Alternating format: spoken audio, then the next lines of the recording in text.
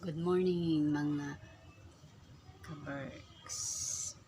For today's video ay mga untag pamahang.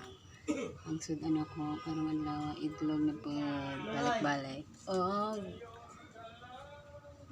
Kape di mawala sa Pinoy kay mao man ni ato ang nadak-an. Morning ko an sa katigulang na ang kape mao ay paborito sa Pinoy. Hindi mawala sa ito ang life. Kape lover man ang Pinoy. Muna siya mga madsupeds.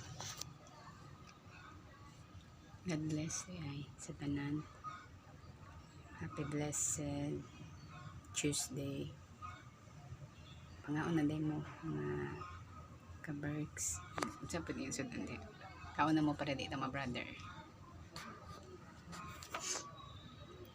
Amping mong tanan sa kanunay, ang dalay ko ng Diyos.